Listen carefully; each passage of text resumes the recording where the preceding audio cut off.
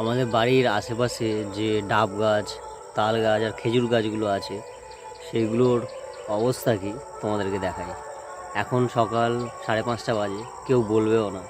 চারিদিকে গান চলছে খুব জোরে, কারণ আজকে নববর্ষ, বছরের প্রথম দিন আজকে। আর আমাদের ডাব গাছগুলোর অবস্থা দেখো, এই একটা এটাই আছে প্রায় 2-4টে ডাব আছে ওপরের দিকে। সূর্যি মামা সবে উঠছে। এই পারে এই একটা ডাব গাছ, এর ওপরে কোনো ডাব নেই, 2টো ডাব গাছ। সামনে একটা তাল গাছ আছে, এই হলো একটা তাল গাছ। উপরের দিকে তাল আছে কিন্তু পাকেনি, ওইগুলো খাওয়া যাবে না এখন। তারপর ওই কোণের দিকে একটা খেজুর গাছ আছে, কিন্তু ওখানে যাওয়া যাবে না, ওখানে আছে বড় সড়ো। পিসি বলেছে যে ওই দিকটা যাবে না, সব দিকে যাবে কিন্তু ওই দিকটা যাবে না।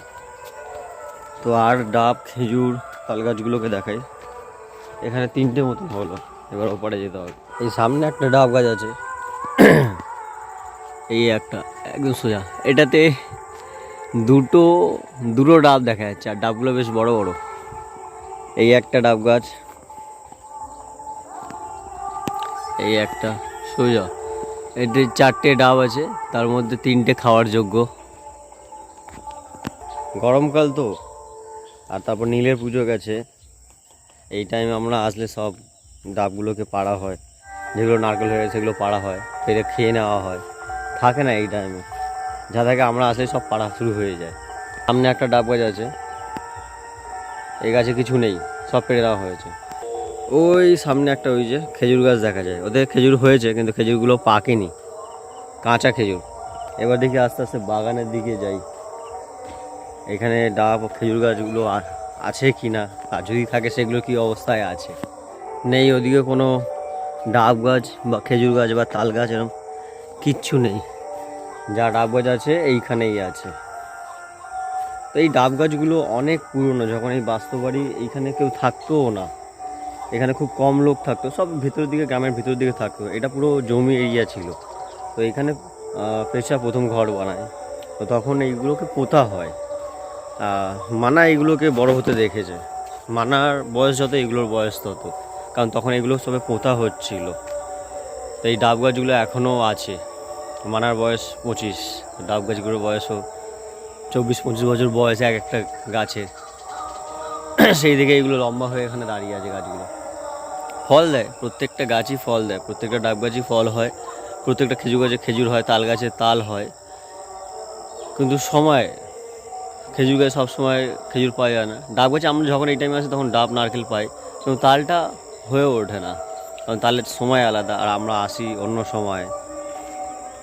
আর সবথেকে ভালো হলো এই গরমকালটা।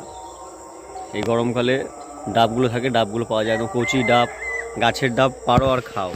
কিন্তু ওঠার সমস্যা, আমরা তো উঠতে পারি না। আমাদের একটা শালা আছে, সে ভালো গাছে ওঠে, ওকে বললেই ও আসবে, এসে তত করে গাছে উঠে যায়। কত সুন্দর, একদম সোজা, এত লম্বা গাছ, এত কঠিন এই গাছগুলোতে ওঠা, কিন্তু ও ঠিক উঠে চলে যায়। কী করে উঠে যায় না, হয়তো প্র্যাকটিস আছে, পায়ের এগুলো হাতের জোর আর পায়ের জোর লাগে, কিন্তু ও উঠে ঠিক চলে যাবে, গিয়ে পেরে নিয়ে চলে আসে। আর এমনি এমনি পারবে না, একসঙ্গে সব কটা গাছে উঠে যাবে, উঠে সব পেরে দিয়ে চলে আসবে, বলে খা, কত খাবি। ওইখানটাতে এই সোজা এইখানেই একটা তাল গাছ আছে, ওই তাল গাছটাতে প্রচুর তাল হয়েছে, মানে চারিদিকে তাল ভরে গেছে, কিন্তু ছোট ছোট সব, একদম ছোট, মানে এরকম সাইজে, বড় হয়নি ওইগুলো।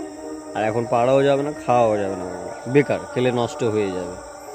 ওই শুধু একটাই ওখানে তাল গাছ আছে, বাকি সব নারকেল গাছ আর খেজুর গাছ। তাল আমি আমার সুন্দরবনের গ্রাম, আমাদের গ্রাম, ওখানে গেলে ওখানেও তাল গাছ প্রচুর আছে আমাদের, ওখানে অনেক তাল পেরে খেয়েছি তাল গাছে। কিন্তু এখানে এসে তাল খাওয়ার হয়নি, কারণ তালগুলো পাকেনি। তালগুলো পাকলে তারপর তো পেরে খাবে। আর বাস্তবাড়ি, প্রত্যেকটা গ্রামে দেখবে বাস্তবাড়িতে তাল গাছ, নারকেল গাছ, খেজুর গাছ থাকেই, কারণ এইগুলো বড় হয় আর এর কাঠগুলো কাজে লাগে। অনেক তাল গাছ, খেজুর, হ্যাঁ তাল গাছ, ডাব গাছ এগুলোকে কেটে আর যে ওপরের ঘরের ওপরের মানে বাড়ি বানাতে, চাল বানাতে কাজে লাগে, যার জন্য অনেক সময় কেটে দেওয়া হয়।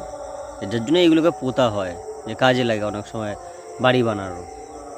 আর এই কাঠগুলো খুব মজবুত হয়, খুব ভালো হয়, অনেক বছর থেকে যায়।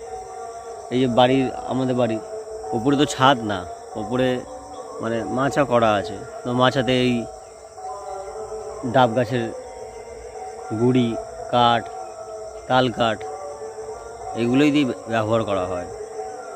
তো আমাদের বাস্তবের মধ্যে এই 1, 2, 3, 4, 5, 6, 7, 8,